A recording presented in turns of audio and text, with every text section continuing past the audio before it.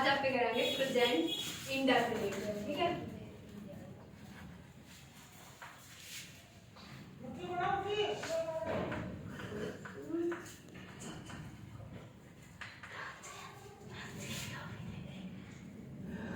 Present indefinite में क्या होगा, समय पहला अपने के वो है तीन तरह के सेंटेंस हो है। सिंपल, सिंपल ना पे और के कैसे कहा, अफर्मेटिव सेंटेंस, ठीक है। तीनों सेंटेंस है कि अलग अलग रूल हो है, जिस रूल का ये लिखे जाना है, ठीक है। सबसे पहला जो कर जैसे भी प्रेजेंट इंडेफिनिट है, प्रेजेंट कंटिन्यूअस है, प्रेजेंट परफेक्ट है, या कोई भी पास्ट का है या फ्यूचर का, सबकी क्यों एक स्पेशल हेल्पिंग वर्ब है। जैसे कि प्रेजेंट इंडेफिनिट में हेल्पिंग वर्ब कौन सी लगेगी, डू या डस, ठीक है, डू या डस जो इसकी हेल्पिंग वर्ब है। अगर आपने कोई सेंटेंस दे दिया मैंने, तो आपने पता लगाना है कि भाई ये कौन सा सेंटेंस है, तो आप कैसे बताओगे, उसमें हेल्पिंग वर्ब कोई है, डू या डस है मैंने, तो उसका अपना पता लग जाएगा थोड़ा बहुत। अगर कुछ और रूल जो कि simple sentence, negative sentence, interrogative sentence में यूज हो है बनाते होने होती, ठीक है। सबसे पहले एक बात, अब वही है नहीं कोई हिंदी में सेंटेंस दे दिया तो उसकी पहचान आगे कुकर, जैसे वह खेलता है, ये सेंटेंस दे दिया, इसको आपने नो कुकर पहचाना गया भाई प्रेजेंट इंडेफिनिट है, प्रेजेंट कंटीन्यूअस है, तो उसका खातर के पहचान है ता है, ते है, ती है और ती है, ये तीन हो, ठीक है।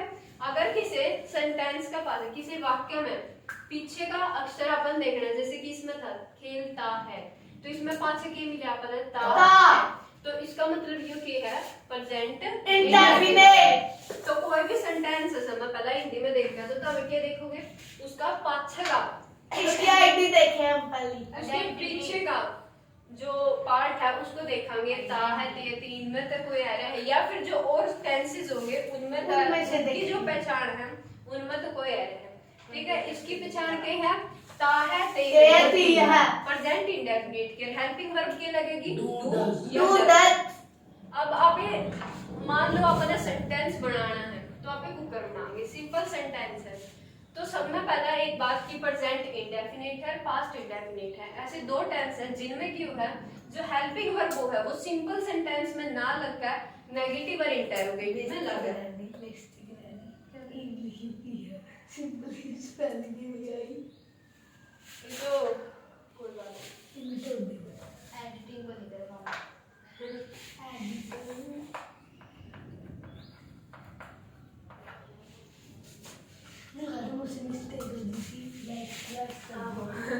सिंपल या सेंटेंस जो प्रेजेंट इंडेफिनिट है, पास्ट इंडेफिनिट है, उन दो को छोड़ के बाकी सब में क्यों है, सिंपल में भी हेल्पिंग वर्ब लगेगी जो उनकी हेल्पिंग वर्ब है, सिंपल में भी लगेगी और नेगेटिव में भी लगेगी, इंटरोगेटिव में भी लगेगी, लेकिन प्रेजेंट इंडेफिनिट और पास्ट इंडेफिनिट में क्या है, सिंपल को छोड़ के प्रेजेंट इंडेफिनिट और पास्ट इंडेफिनिट में सिंपल को छोड़ के नेगेटिव और इंटरोगेटिव में आओगे क्या आओगे, हेल्पिंग वर्ब जो इनकी हेल्पिंग वर्ब है, ठीक है।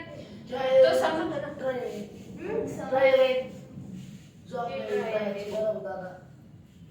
प्रेजेंट इंडेफिनिट और पास्ट इंडेफिनिट है, दो ऐसे टेंस हैं जिसमें क्यों है आपने तीन तरह के सेंटेंसेस होते हैं, सिंपल, नेगेटिव और इंटरोगेटिव, और इंटरोगेटिव, ठीक है। नेगेटिव और इंटरोगेटिव कहा है मैंने,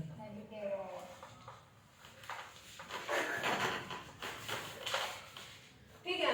सिंपल सेंटेंस जिसमें ना तो कोई पर्सन पूछा जाता ना कोई मनाही होती, तो उसकी क्या कहेंगे आप, सिंपल सेंटेंस, ठीक है। सिंपल सेंटेंस में ना कोई पर्सन होता ना कोई मनाही होती, सिंपल कोई बात कही जा रहा है नॉर्मल वे में, ठीक है। नेगेटिव में क्या होगा, कोई चीज की नो,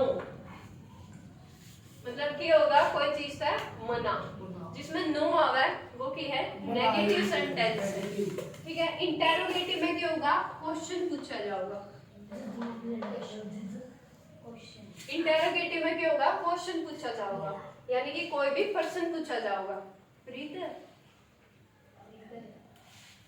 कोई भी पर्सन पूछा जाता, ठीक है। इंटेरोगेटिव में 3 तरह के सेंटेंस है।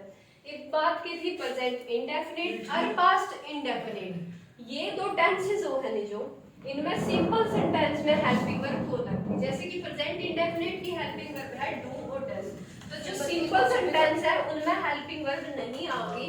जो नेगेटिव सेंटेंस और इंटेरोगेटिव सेंटेंस है सिर्फ उनमें हेल्पिंग वर्ब लगेगी। और फ्यूचर में जो इंटरोगेटिव और जो नेगेटिव है उनमें हेल्पिंग वर्ब लगेगी और हम हाँ, सिर्फ और सिर्फ प्रेजेंट इंडेफिनिट और पास्ट इंडेफिनिट में, सिर्फ और सिर्फ इन दो में। बाकी सारे में सिंपल में भी लगेगी, नेगेटिव में भी लगेगी और इंटरोगेटिव में जो उनकी हेल्पिंग वर्ब है।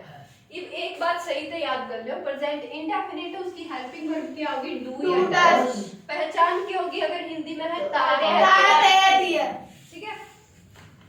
अब अगर आपने सिंपल सेंटेंस अगर अपना अलग इंग्लिश में दे दिया मैंने कोई सेंटेंस, तो आपने पहचान करनी है कि भाई इंग्लिश में दे दिया तो ये प्रेजेंट इंडेफिनिट है या नहीं। तो वो कैसे पता लगेगा? कुछ रूल बनाए हैं, ठीक है, ग्रामर वालों ने कुछ रूल बनाए हैं, उनका आपने पता लगेगा। रूल जैसे कि सिंपल के लिए अलग है, नेगेटिव के लिए अलग है, इंटेरोगेटिव के लिए अलग है। तो सिंपल के लिए की पूरा क्या प्रेजेंट ना, अच्छा वो सिंपल है क्या? इंटेरोगेटिव नेगेटिव पूरा क्या? रिड्यूस ना चलो सिंपल अगर आपने सेंटेंस बनाना है उसका खातर अलग, नेगेटिव खातर अलग रूल है और इंटेरोगेटिव खातर अलग। सिंपल में कुछ नहीं है, सबसे पहला होगा सब्जेक्ट, ठीक है। सब्जेक्ट कोई भी अपना सेंटेंस ले लिया जैसे कि ही प्लेज, ठीक है। इसमें सब्जेक्ट क्या होगा? जो करता है, जिसने ये काम करा, ही प्लेज, वह खेलता है।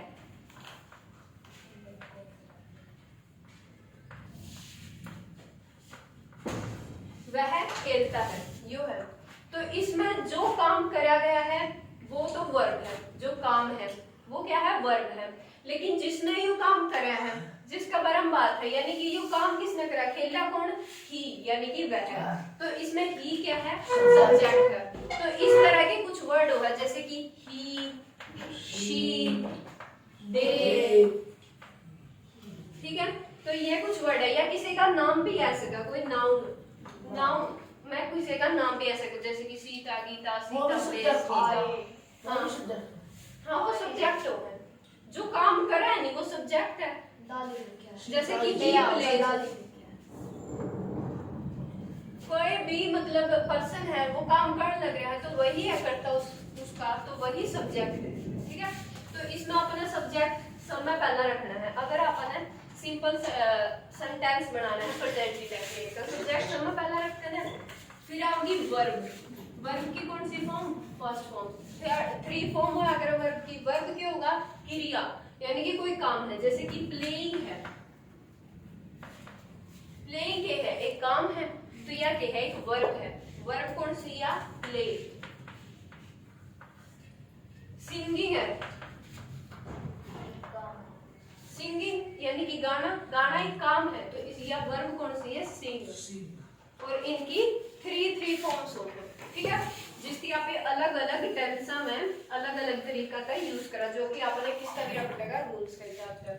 तो सिंपल सेंटेंस बनाना प्रेजेंट इंडेफिनिट में सबसे पहला सब्जेक्ट, जैसे कि ही, शी, दे, इस तरह जो करता है। वर्ब यानी कि जो क्रिया है, जो काम है, वर्ब की के रखा गया पे फर्स्ट फॉर्म, प्लस में एस या फिर ईएस, एस या ईएस, इनमें तो कोई भी लगेगा वर्ड का हिसाब है, ठीक है। जिसका पाछा नॉर्मली ई है, कोई भी वर्ड है उसका पाछा नॉर्मली ई है तो उसका पीछे एस लगेगा ज्यादातर, ठीक है। और बाकी ईएस वो वर्ड का हिसाब तो होगा। प्लस में ऑब्जेक्ट, इसमें ही सिंपल में एस कहाँ लगेगा और ईएस कहाँ लगेगा?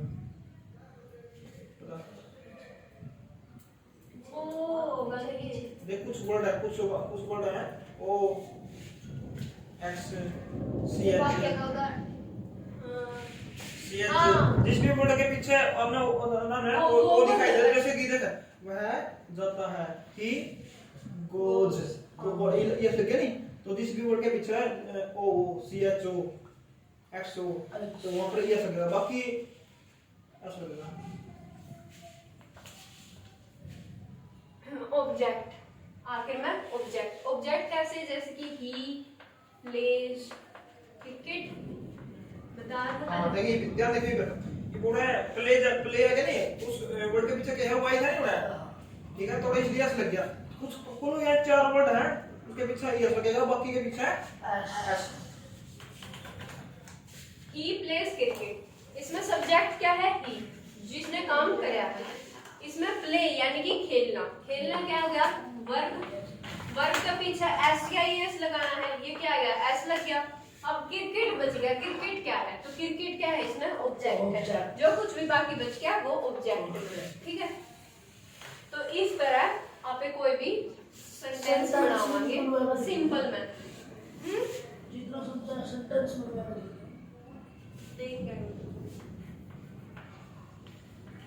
आगे है नेगेटिव। नेगेटिव सेंटेंस जिसमें नो आवर, उसमें कैसे बना रहा है, सब में पहला सब्जेक्ट जो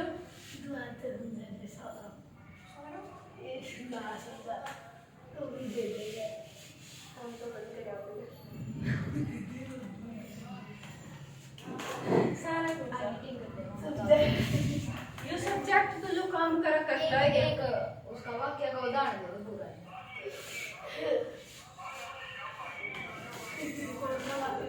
पूरा मजे ले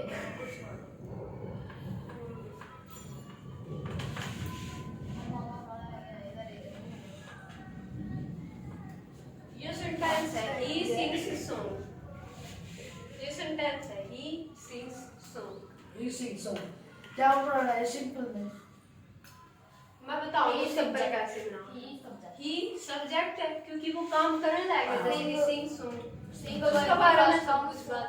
और सिंग सॉन्ग ऑब्जेक्ट रहेगा क्योंकि वो बाकी ऑब्जेक्ट रहेगा। सिंग क्या है, गाना, गाना यानी कि वर्ब है, गाना काम है तो यह क्या है, वर्ब है। वर्ब का पास से क्या लग रहा है, एस या एस में एस लग रहा है।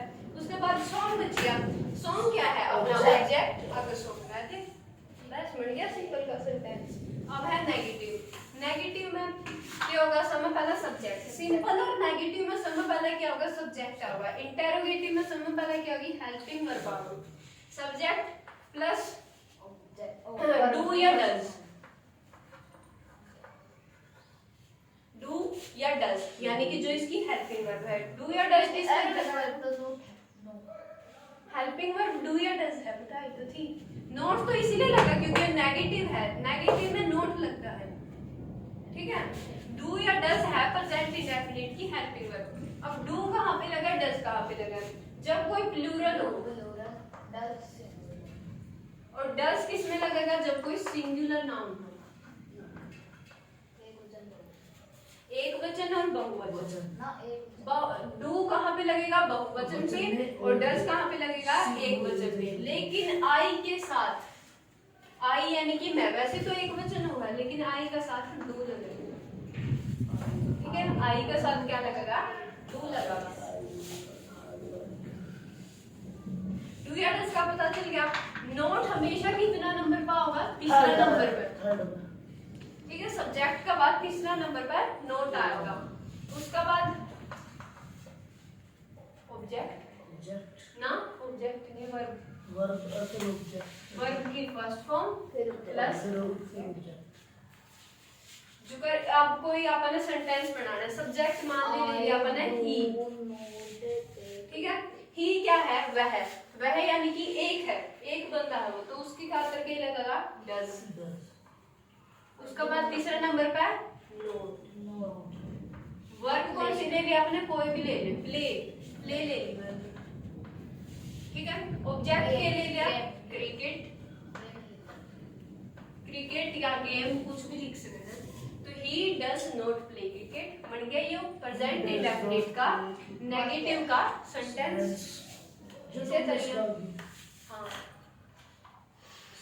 आगे सही आई रवीना का वो के वीडियो बनाओ एक बार इसकी फ्रेंड की उधर पूछ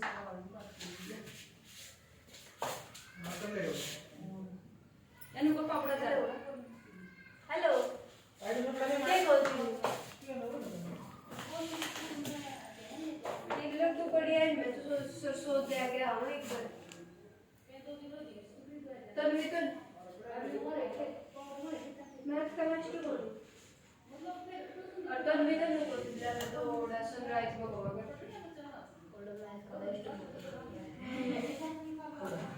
न्यू कथी 2 दिन लगे जाऊंगे तो फिर जाऊंगे फिर मेरे कपड़े उठ गए नहीं एडमिशन जाऊंगे ऊपर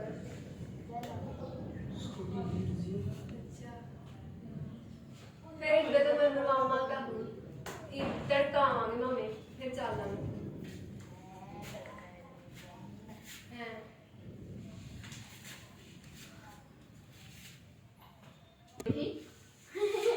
हाँ दादी बजी है और मैं कहते फोन भी नहीं है आई गया समझ में हो नहीं आया यस तो ध्यान तो कौन देना चाहते कौन सा आओ यार बनायो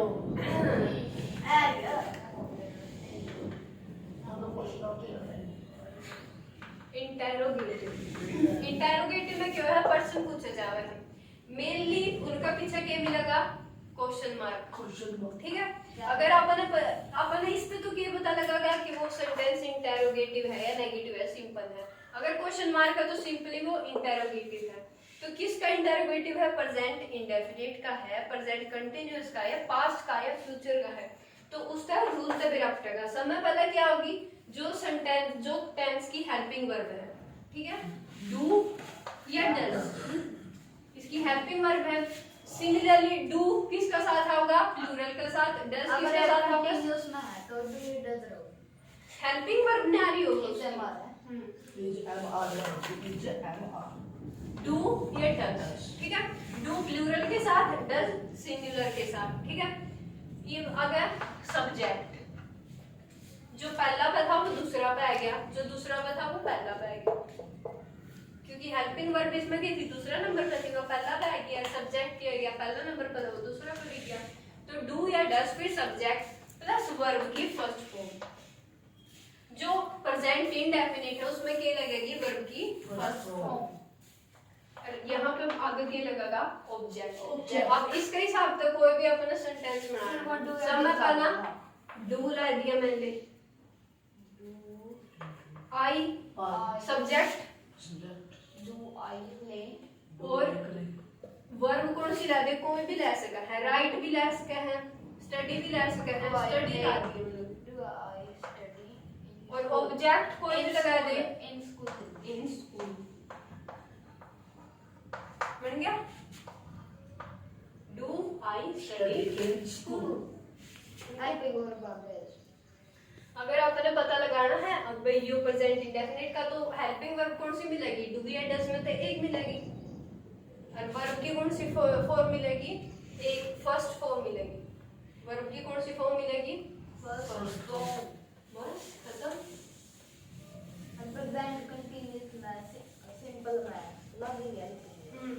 मैंने बता तो प्रेजेंट इंडेफिनिट और पास्ट इंडेफिनिट को छोड़कर बाकी सारे में तीनों जो आपने सेंटेंस बनाने सिंपल नेगेटिव इंटरोगेटिव सारे में उनकी हेल्पिंग वर्ब लगा लेकिन प्रेजेंट इंडेफिनिट और पास्ट इंडेफिनिट में कौन सी में लगा है नेगेटिव और इंटरोगेटिव में सिंपल में जो उनकी हेल्पिंग वर्ब है वो कौन सी है नेगेटिव और इंटरोगेटिव में ये